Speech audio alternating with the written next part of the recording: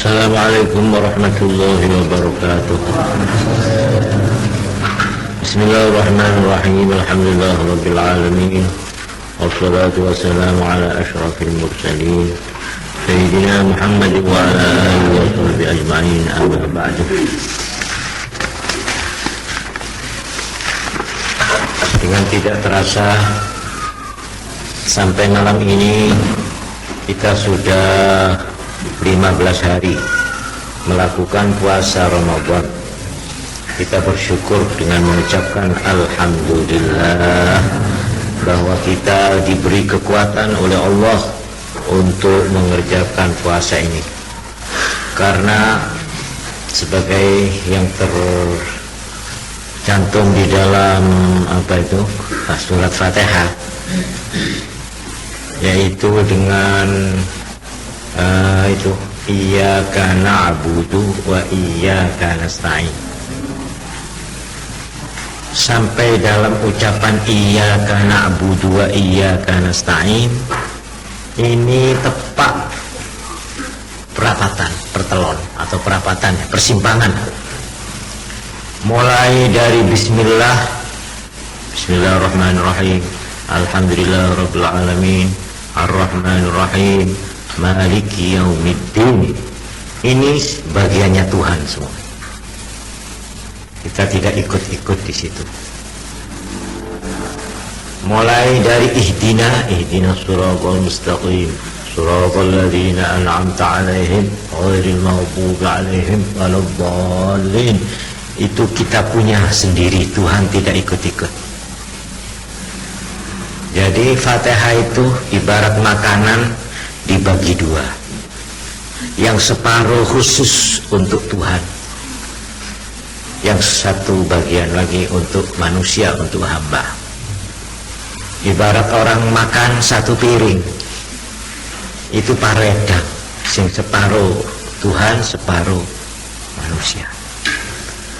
Waktu sampai di iyyaka na'budu wa iyyaka nasta'in, pas jadi satu, Tuhan dan manusia kumpul.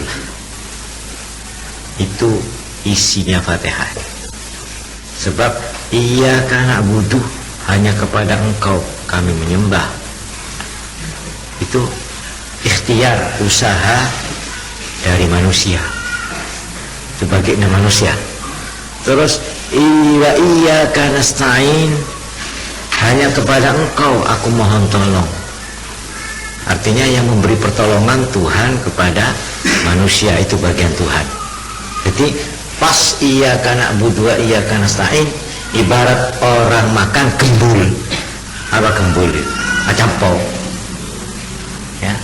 Kalau tadi itu Tuhan sendiri, puja-pujaan khusus untuk Tuhan. Lalu ihdina ini khusus kita yang punya. Jadi Fatihah itu parabel, separuh untuk Tuhan, separuh untuk kita. Tapi waktu sampai di iyyaka na'budu wa iyyaka nasta'in, pas itu di tengah. Ibarat kue gitu, pas ngetoknya di tengah ya. Karena itu pada waktu kita itu sampai di iyyaka na'budu wa iyyaka nasta'in, kita harus berhenti di sini. Dalam arti di sini kita itu akan ditentukan ya, apa yang kita inginkan dan apa yang diinginkan Tuhan. Karena itu semua ahli-ahli kebatinan, ahli tasawuf, ahli kerohanian ya, guru-guru dulu menerangkan, ngerti ya kan ya, iyyaka na'budu iku tegese aku nyembah nang Allah iku kudu di ikhtiarno, kudu diusahakno, iku ikhtiar. Tapi kon isane ibadah iku semata-mata karena pertolongan Allah, karena iyyaka nasta'in. Nek ora enek iyyaka nasta'in kon ora iso iyyaka na'budu. Wah, itu hebatnya di situ. Itu jadi apa itu namanya, berjalin berkulindan, itu namanya jelimet, itu abulet itu. Iyyaka na'budu, tapi tidak bisa iyyaka na'budu kalau tidak dapat iyyaka nasta'in dari Tuhan. Kita tidak bisa iyyaka nasta'in dari Tuhan kalau kita tidak iyyaka na'budu. Coba abulet. Itu namanya lingkaran yang tidak berujung, tidak berpangkal. Karena itu setiap kita itu mengerjakan ibadah, kita harus minta tolong kepada Ya Allah, fa'inna, tolonglah kami ala shalah untuk mengerjakan sembahyang seumur hidupku. Fa'inna, tolonglah kami ini untuk mengerjakan puasa yang masih sisa 15 hari ini. Kalau kita tidak dapat pertolongan Tuhan, nggak bisa kita meneruskan ibadah puasa yang akan datang. Ini udah tinggal 15 hari ini. Jangan dikira karena sudah 15 mesti gampang. Nggak boleh. Orang di dalam mengerjakan ibadah, biarpun tinggal 2 menit, akan mengerjakan, harus selalu mohon kepada Allah. Ini sebentar lagi subuh, kurang 2 menit. Apakah saya pada waktu subuh ini mengerjakan ibadah? Semata-mata tergantung kepada pertolongan Allah dan ikhtiar saya. Nah, jadi ikhtiar dan pertolongan jadi siji. Nah, kalau ini sudah mancing, sudah masuk di dalam hati kita, insya Allah kita ibadah itu tidak akan gumede, tidak akan merasa takabur, tidak akan merasa ujub, tidak akan merasa riya. Tak masih tak pesan, ya. Tapi kita harus menundukkan kepala dalam arti syukur kepada Allah, ya. Ini yang sudah terang, kita 15 hari puasa ini karena pertolongan Allah. Karena itu kita wajib bersyukur, menghitung terus bersyukur. Sementara itu yang akan ini kita tetap dengan tangan gemetar mohon kepada Allah, ya Allah, lanjutkan aku ini. Sebab katanya Kanjeng Nabi Muhammad SAW, berapakah banyak orang yang tinggal 1 kilan dia akan mencapai surga, tapi dia jatuh akhirnya masuk neraka. Kurang sekilan coba. Padahal saya sudah enak-enakan, sudah tercium bau surga, pintu sudah kelihatan, jatuh saya, jatuh tidak sampai. Seperti orang pulang dari rumah, dari perjalanan, sudah hampir tinggal kira-kira sedikit lagi, padahal dia dari perjalanan yang beratus-ratus kilometer, tinggal beberapa depol saja dari rumahnya, dia jatuh mati. Itu banyak kejadian. Jangan merasa terlepas daripada nasta'in, dari pertolongan Allah. Tidak bisa orang gumede sombong, tidak bisa kepada Allah. Hidup ini adalah permainan yang penuh teka-teki. Karena itu kalau ini sudah dilibatkan di dalam keyakinan iman kita, insya Allah selamat kita. Karena itu ya, singkatnya, iyyaka na'budu, ya, ini dengan iyyaka nasta'in mengandung dua perasaan yang harus hidup terus ini, yaitu yang disebut ar-raja wal khauf, al-khauf wal raja. Ar-raja itu mengharap pertolongan Tuhan, iyyaka nasta'in, ya. Al-khauf merasa khawatir tidak akan mendapat pertolongan Allah. Sebab orang itu biar bagaimanapun, kalau tidak karena pertolongan Allah, nggak bisa berbuat apa-apa. Dia hampir untuk terlepas dari tangan, atau sebaliknya dia hampir putus asa, datanglah rezeki. Nggak tahu kita. Nah, inilah permainan hidup. Karena itu siapa yang merasa dirinya terlepas 1 menit dari Allah, orang itu akan terus gelewar hidupnya. Ibarat layangan tidak nemu angin, dia terus tak karuan. Tapi orang yang terus ingat, saya tidak bisa ini berdiri, saya tidak bisa berbuat ini kecuali bismillah, dengan nama Allah, dengan pertolongan Allah. Kalau begitu insya Allah selamat. Sudah jasa kasar, ojo nyeworo, ojo rame-rame, menangis melakukan, ditolongnya Allah, ya. Asal hatimu tetap, jiwanya itu menyala 2 api. Iya karena itu circle, lingkaran ya. Saya tidak bisa menyembah kalau tidak ada pertolonganmu, saya tidak dapat pertolonganmu kalau saya tidak menyembah, terus begitu.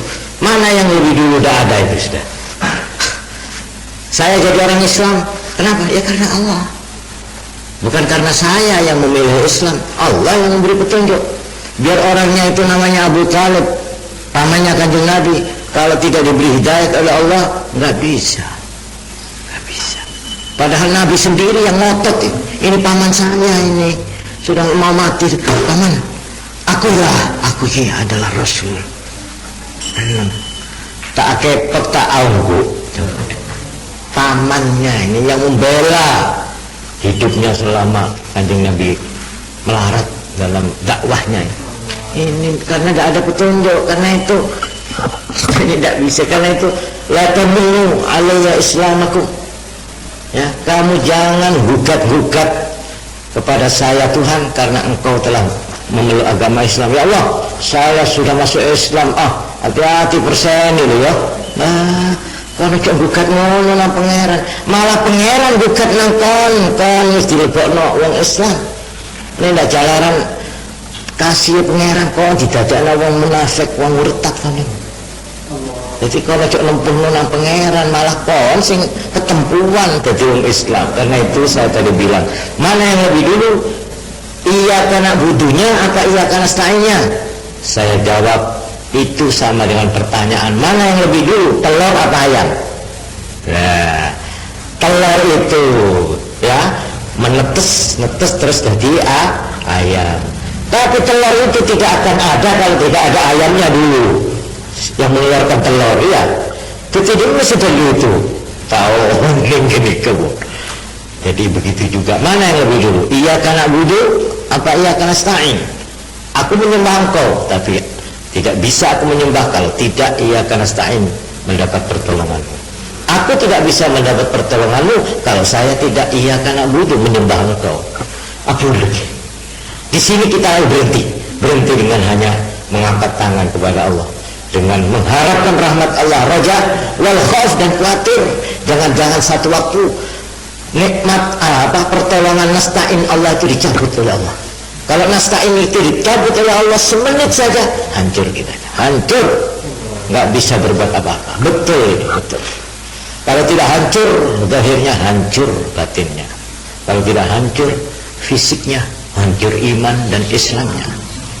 Nah itulah sebabnya kita itu bersyukur bahwa kita sudah 15 hari. Kalau kita pandai-pandai bersyukur, ya kita syukur, alhamdulillah. Ya, sebut itu kata-kata alhamdulillah, sebut alhamdulillah saya sudah 15 hari. Sebut. Wa amma bi ni'mati rabbika fahaddits. Nikmat Allah itu perlihatkan dengan alhamdulillah. Sebab kalau kamu menyebut alhamdulillah la azidannakum, akan ditambahi oleh Allah. Itulah caranya. Sebabnya maka di dalam bulan puasa ini, di dalam kitab-kitab fikih, selain menerangkan tentang tarawih, lalu darusan, baca Quran, ada lagi yang disebut sholatul lail. Sholatul lail ini yaitu sholat tahajud.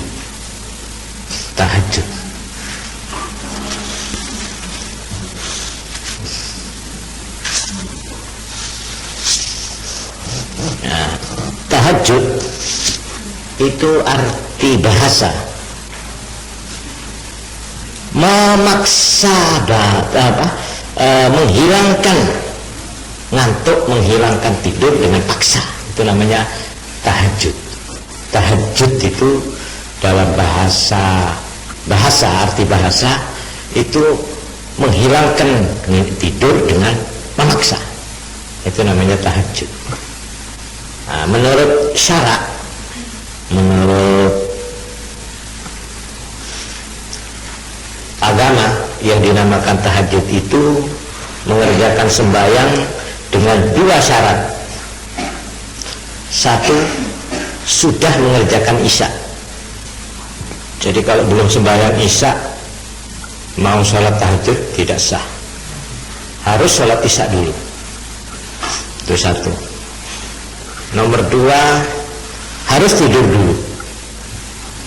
Jadi mau kita dah tidur nggak sah salat tahajud. Itu syaratnya.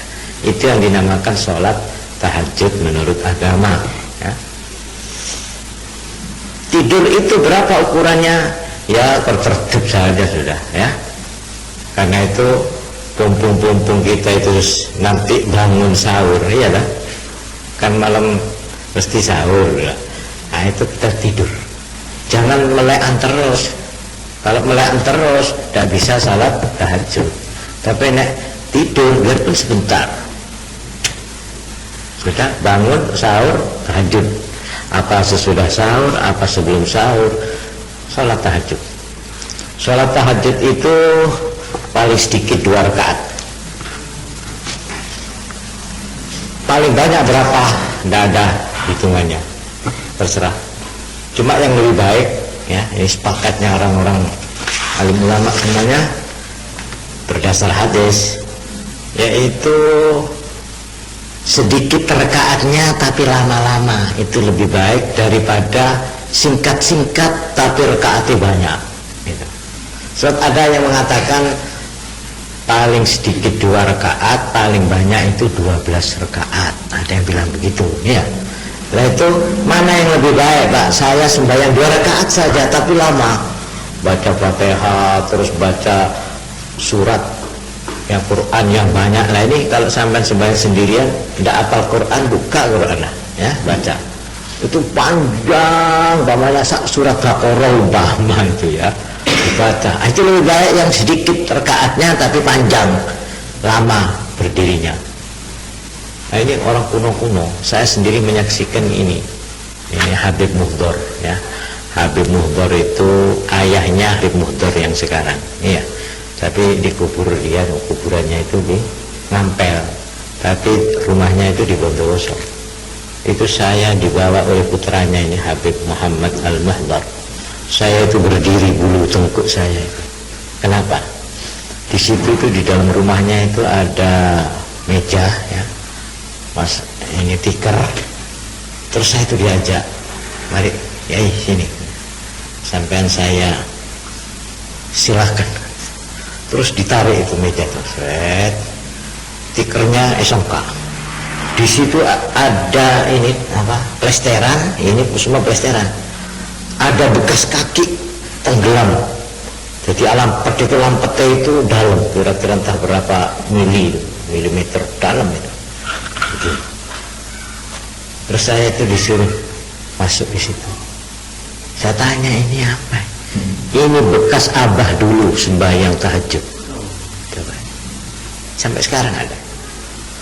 Saya tuh ini bulu juga keping ngelinding gitu. Silakan. Saya disuruh berdiri di situ tuh. Ini saya bilang ini ya satu kehormatan, tapi ini cangkolang saya ini bukan. Enggak, sampai sudah saya izini. Ya sudah, karena diizini saya suruh berdiri di bekas kakinya itu, suruh baca Fatihah saya. Ya sudah, saya itu tadi tolak rasanya berdiri di situ tuh, ngetek semua itu, betul, begitu. Orang kuno itu sampai ambis, sampai sekarang Sunan Bonang itu kita lihat itu ada bekas kakinya. Sunan Bonang di Tuban itu, dekat Lasem, antara Lasem sama Tuban itu ada tempat halwahnya itu kalau sholat tahajud itu berdirinya itu berjam-jam.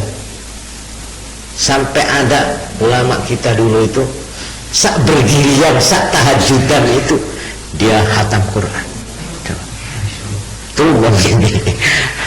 Kalau saya sama sampean suruh ngatam Quran sak sembayangan minta ampun ya.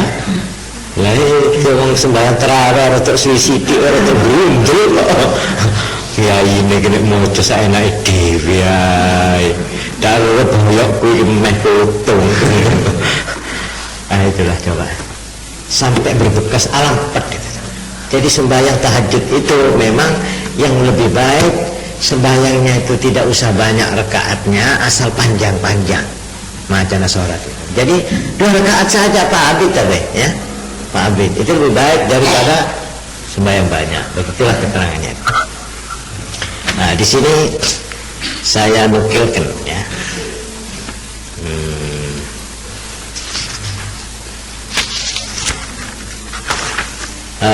satu hadis yang diriwayatkan oleh Imam Muslim.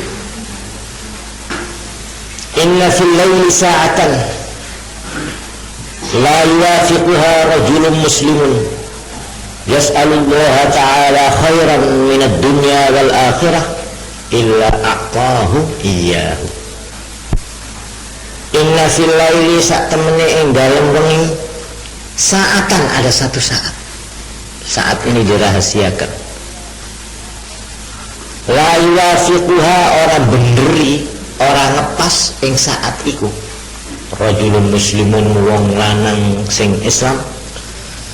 Yas'alullaha, nyuwun nang Allah wong lanang mau khairan minad dunya wal akhirah, sing luwih apik tinimbang apa penjaluke sembah terserah. Sing luwih apik sama dunya lan akhirat. Jaluke sing modal-modal wis. Jaluk apa wis katekno ning kono. Nek kono ngepas nang saat itu illa a'tahu iyyahu, Allah mesti mulai nang wong iku penjaluke. Jadi pada waktu habis sholat tahajud ya, itu jangan menang, kita minta. Dan kalau minta kepada Allah jangan kepalang tanggung. Apa kepalang tanggung? Cukup nanggung. Minta kecik sita mubakar bisa. Minta lah. Dak orang itu semua ya senak bisa minta tapi salon-alun. Apa minta dawet orang alun-alun ya itu serah. Terserah apa yang kita inginkan, yang kita minta. Malah di sini katanya hadis ini khairan minad dunya wal akhirah. Sing luwih apik timbang dunya lan akhirat lho, Pak. Suruh jaluk saya kalau mendoa lalu minta apa saya? Coba bingung kalau minta apa ya. Sing luwih apik timbang dunya lan akhirat. Dia pikir akhir hidup tak nemu. Bagaimana akhirnya? Ya lapal ini saya pakai. Ya Allah, as'aluka khairan minad dunya wal akhirah. Wes. Itu paling nyaman itu. Lindung semprong begini. Kula nyuwun teng panjenengan, menapa kan khairan minad dunya wal akhirah. Sing luwih apik timbang isine dunya mbek akhirat. Apa kirangan? Itu saya kira lebih baik. Nah, itu ya kalau minta ini saat. Oleh karena itu sesudah sholat itu, dan ini semua mengatakan wabil asharihum yastaghfirun. Ini Quran itu ya.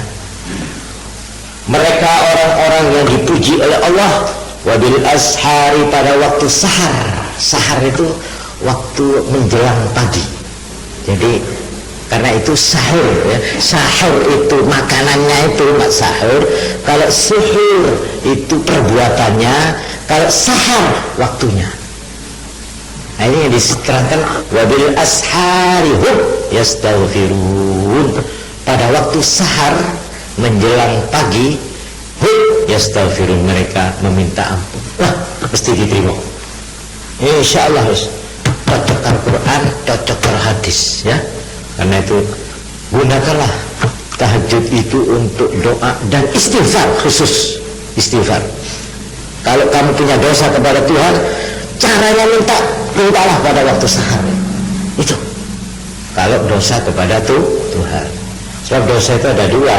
Kalau dosa kepada orang kan lain ya, harus minta maaf dulu kepada orangnya, minta halal atau barangnya dikembalikan kan gitu. Tapi kalau pada Allah tidak usah apa-apa sudah. Tidak usah datang bayar denda apa ndak, asal barter nyuwun sudah di sepuro. Asal itu cuma dosa dengan Tuhan. Terus tak dosa apa? Dosa sak kebek dunia iki nang Tuhan lho. Nek pancen temenan oleh nyuwun lan diparingi itu tidak ada kesulitannya. Karena itu khusus untuk tahajud supaya memperbanyak istighfar. Istighfar itu ada macam-macam. Ini saya yang paling senang ada istighfar dari Nabi ya, yang isinya itu positif sekali. Kalau astagfirullahaladzim itu paling sedikit, astagfirullahaladzim, astagfirullahaladzim ya. Dan saya harap membacanya itu jangan kurang dari 70 kali atau 100 habis tahajud. Nah, kalau saya ada istighfar itu ada macam-macam. ajaran Nabi, ini wudu'an yang Nabi. Allahumma inni astaghfiruka wa atubu ilaika. Allahumma inni astaghfiruka wa atubu ilaika. Ini bagus, itu positif ini. Ya Allah, aku mohon ampun kepada Engkau dan aku ingin kembali ke haribaanmu. Aku ingin pulang kembali kepada Engkau ya Allah. Allahumma, dikasih Allahumma, Allahumma inni astaghfiruka wa atubu ilaika. Ini lebih baik ini baca 70 kali atau 100 kali, khusus habis sholat tahajud ya. Allahumma inni astaghfiruka wa atubu ilaik, Allahumma inni astaghfiruka wa atubu ilaik, Allahumma inni astaghfiruka wa atubu ilaik. Apalagi sekarang sudah tanggal 15, seperti saya terangkan dulu, Ramadan itu dibagi berapa? 3 ya. Awwaluhu rahmah, permulaannya adalah penuh rahmat Tuhan. Terus wa awsatuhu maghfirah. Nah, tepat tengah-tengah Ramadan justru hujan pengampunan. Ya sekarang ini lebek-lebek mentara buah, mentara hujan res-res. Maghfirah diturunkan sekarang ini. Mulai tanggal 15 tadi malam, selalu pada hari malam itu. Enggak kulit ya, mestinya kulit tadi malam ya. Hah? Hah? Tadi malam mestinya, saya enggak ingat kalau tanggal 15 itu.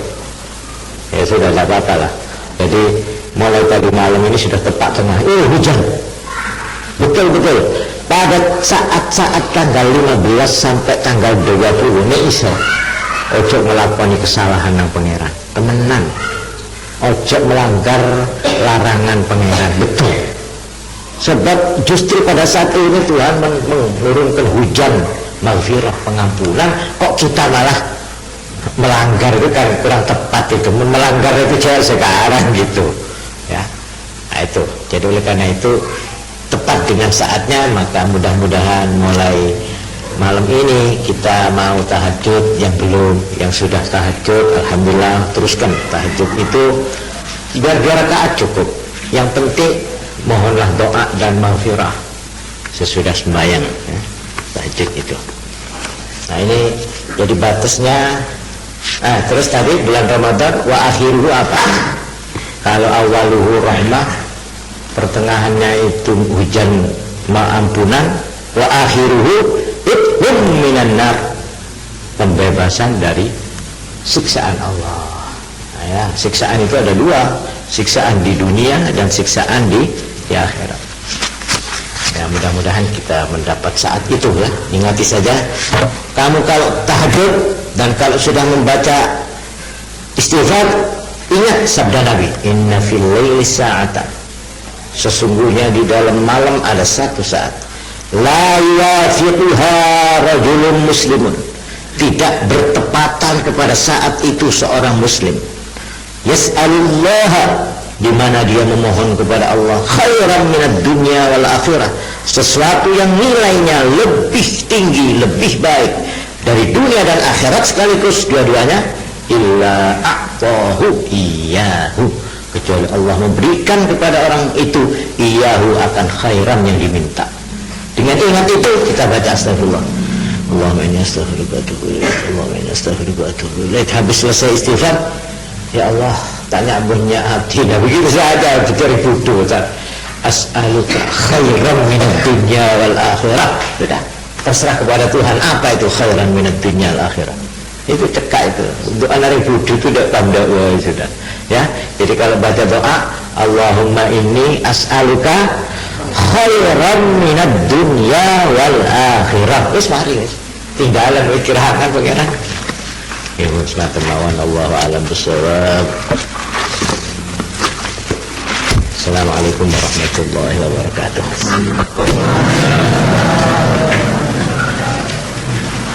Bismillahirrahmanirrahim. Alhamdulillah rabbil alamin. Wassalatu wassalamu ala asyrafil mursalin Sayyidina Muhammad wa ala alihi wa sahbihi ajma'in.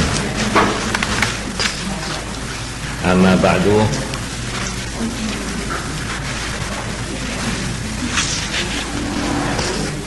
Sekali lagi saya ingin menyimpulkan atau ngeringkes keterangan mengenai tasawuf. Sebab maksud saya, kita sudah mengadakan riyadhah khusus 3 kali ini. Bulan Ramadan tahun 2 tahun yang lalu, 3 tahun yang lalu, terus bulan Ramadan kemarin itu yang kedua, terus sekarang yang ketiga. Ini maksud saya, pada riyadhah yang ketiga ini sudah merupakan kesimpulan-kesimpulan. Karena itu saya usahakan keterangannya itu tidak panjang lebar, tapi diambil kesimpulannya saja, yang pokok-pokok saja. Kalau kepingin mangsuli malih ya, keterangan mengenai maksud tujuan tasawuf, yang saya bagi menjadi 3. Kalau orang sudah mengerti dan mau memahami 3 macam kerangka ini, atau 3 macam kamar, ibarat rumah punya kamar 3. Dengan begitu orang ini insya Allah sudah mengerti duduknya perkara tentang tasawuf, dan di mana letaknya tasawuf itu di dalam agama, atau di dalam hubungannya dengan ajaran-ajaran agamanya seperti tauhid, fikih dan seterusnya itu. Nah, kalau sudah mengerti pokoknya, ini menambahi keterangan itu terserah. Jadi umpamanya ada yang ngaji bidayah, terus ngaji hikam ya, atau ngaji umpamanya ngaji Riyadhus Shalihin, atau ngaji Al-Qiya kitab, atau ngaji yang besar-besar kitab, umpamanya kitab Minhajul Abidin atau kitab Ihya Ulumuddin, itu sudah tinggal meneruskan sendiri saja, karena sudah tahu duduknya perkara. Seperti sudah saya terangkan, bahwa inti ajaran daripada tasawuf, jadi yang pokok itu bisa disimpulkan menjadi 2 unsur pokok, yaitu satu yang disebut al-faqru, dan yang kedua az-zuhdu. Ini satu. Ini mengenai mahiyah atau hakikatnya tasawuf, mahiyatut tasawuf, intinya. Kemudian ini kamar yang satu. Kamar yang kedua yaitu yang disebut adab, adab, etiket atau tata cara atau kesopanan. Etiket, cara-caranya lah, gampangnya begitu, cara-caranya. Ini kamar yang kedua mengenai adab. Apa cara-cara itu? Cara-cara itu artinya untuk mengerjakan apa saja itu ada cara-caranya ya, ada toto carane, toto kesopanane. Nah, ini yang disebut adab itu. Nanti saya ini yang kamar kedua. Lalu yang ketiga yang disebut akhlak. Akhlak atau sifat-sifat yang sudah dilatih menjadi watak, itu akhlak. Kalau cuma sifat tok itu gampang hilang. Tapi kalau akhlak angel wis. Akhlak itu sudah kadung mendalam, sudah menjadi darah daging. Keluarnya itu tidak karena dipikir, tidak karena diangen-angen, keluar sendiri. Jadi kalau ada watak metu karepe dhewe, itu namanya akhlak. Ya ada yang akhlak baik, ada yang akhlak tidak baik ya. Spontan. tidak usah dibikin. Nek sifat itu bisa dibikin-bikin. Nah, akhlak yang pokok unsurnya ada 3. Ini yang sudah saya terangkan, yaitu ini yang saya tulis. Mana itu? At-tawadhu, itu di papan masih ada tulisannya itu, ya. At-tawadhu. Terus kedua apa itu? Hah? Nah, itu Adam itu lebih baik diganti tarkut takalluf supaya persis dengan bunyinya kitab. Tarku, ya. Coba saya ganti. Aduh. Ini diganti tarku.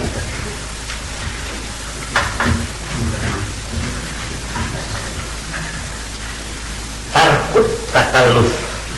Jadi pertama tawadhu. Nomor 2 tarkut takalluf.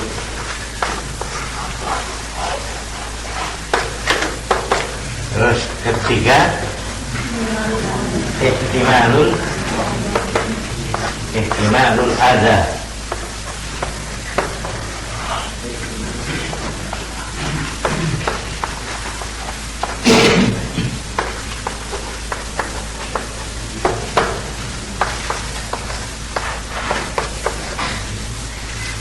Kalau kita ini sudah ngerti yang pokok-pokok ini, yang lain itu gampang lalu, ya. Artinya kita bisa mengerti duduknya perkara. Oh, ini supaya lebih sempurna. Umpamanya di sini saya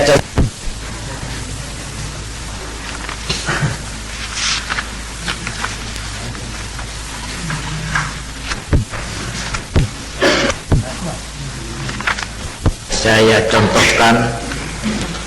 Kalau kita ngaji tidak tahu pokok pangkalnya, mungkin kita itu ibarat orang masuk ke pasar malam, ndak karuan sing didelok, ndak karuan sing dituju, ngeluyur, akhirnya oleh kesel tok. Begitulah kalau ngaji tasawuf. Tasawuf itu luas sekali kitab-kitabnya. Ini kalau tidak kita ngerti pokok-pokoknya dulu, nah ini bisa ngelambiar nanti. Ngelambiar tidak karuan mana yang dijujuk. Sehingga akhirnya pendapat orang atau penilaian orang terhadap tasawuf itu macam-macam. Ada yang salah paham, ada yang kenemenan, ya, artinya terlalu ekstrim. Ada yang terbalik, yang mestinya dijadikan tujuan itu tidak dijadikan tujuan, ya. Sebaliknya yang cuma jadi alatnya, sarananya, ya, pintunya untuk masuk ke kamar, lah pintunya itu malah dijadikan tujuan. Kolek ini bisa di ese ini bisa di kolek, terbalik itu. Baru benar orang itu kalau sudah tahu ini pintu, itu kamar. Pintu itu cuma kanggo lebeten tok, bukan lalu sampai di pintu lalu berhenti. Sudah sampai saya itu keliru, bukan di situ. Ini cuma pelebeten tok itu. Tujuannya kemana sana? Kamar itu, makanya. Begitu juga tasawuf, seperti orang wiritan. Apa wiritan itu tujuan? Bukan. Wirid itu adalah alat, pintu. Itu cuma pelebeten itu. Lah cocoknya apa ya ini yang saya terangkan ini? Esen tasawuf yang pokok itu sudah saya terangkan. Nah, insya Allah saya tambahi keterangannya. Belum selesai itu. Yaitu yang pangkalnya 2, yaitu al-faqru, huruf al-iftiqar, ya. Terus kedua az-zuhdu. Ini yang pokok, intinya itu. Nah, sekarang saya tadi menerangkan bahwa tasawuf itu punya 3 kamar. Jadi kalau orang itu ibarat masuk ke rumah, wirid apa itu lebet itu, ya, ngaji apa itu merupakan pintu. Kemana maksudnya? Masuk ke rumah. Kemana itu loh? Kamarnya ada 3. Satu namanya hakikatut tasawuf, hakikat tasawuf. atau mahiyatut tasawuf, intinya tasawuf. Ini kamar yang satu, yang esena dua tadi itu ya, al-faqru, al-iftiqar, dan az-zuhdu. Lalu kamar yang satunya lagi yang kita harus masuk itu, nah itu yang dinamakan al-adab. Adab pakai alif, adab, beberapa adab. Sebab di dalam tasawuf soal adab itu menjadi penting dan menentukan. Namanya ya, makan tidak asal makan, ada tata caranya makan. Loh. Minum tidak asal minum, ada tata caranya minum. Loh. Tidur tidak asal tidur, ada tata caranya tidur. Sembahyang tidak asal sembahyang, tidak secara fikihnya itu sudah cukup, enggak, ada lagi tata caranya itu. Bagaimana umpamanya soal haji, apa orang haji itu asal sudah berangkat sampai sana, songkon haji pulang selesai? Loh enggak, ada tata caranya lah. Ini adab-adab inilah yang mempunyai kewajiban atau mempunyai tugas untuk mengisi adab ini adalah tasawuf. Karena itu tasawuf itu tidak bisa dilepaskan, itu nggak bisa. Nah itu yang kamar yang kedua. Lalu belum selesai itu, masih ada lagi satu kamar yang kita harus masuk, yaitu kamar akhlak. Akhlak itu artinya sesuatu sifat yang sudah ditanam, sudah cekar, sudah nyelap, sudah ambles menjadi watak, menjadi karakter. Kalau tiga kamar ini selesai, kita namanya sudah memegang pokoknya tasawuf, itu sudah ada di tangan sudah. Perkara belum sampurna itu terserah masing-masing sudah. Ya. Nah, ini sebagai contoh umpamanya ya, sebagai contoh. Ini saya menulis beberapa catatan dari beberapa kitab. Umpamanya ini contohnya mengenai itu yang saya sebut inti tasawuf, yang mengenai yang cuma saya cantumkan dua. Ini kalau kita lihat di kitab-kitab yang lain, bukan cuma dua, itu banyak itu. Coba ya, ini sebagai contohnya.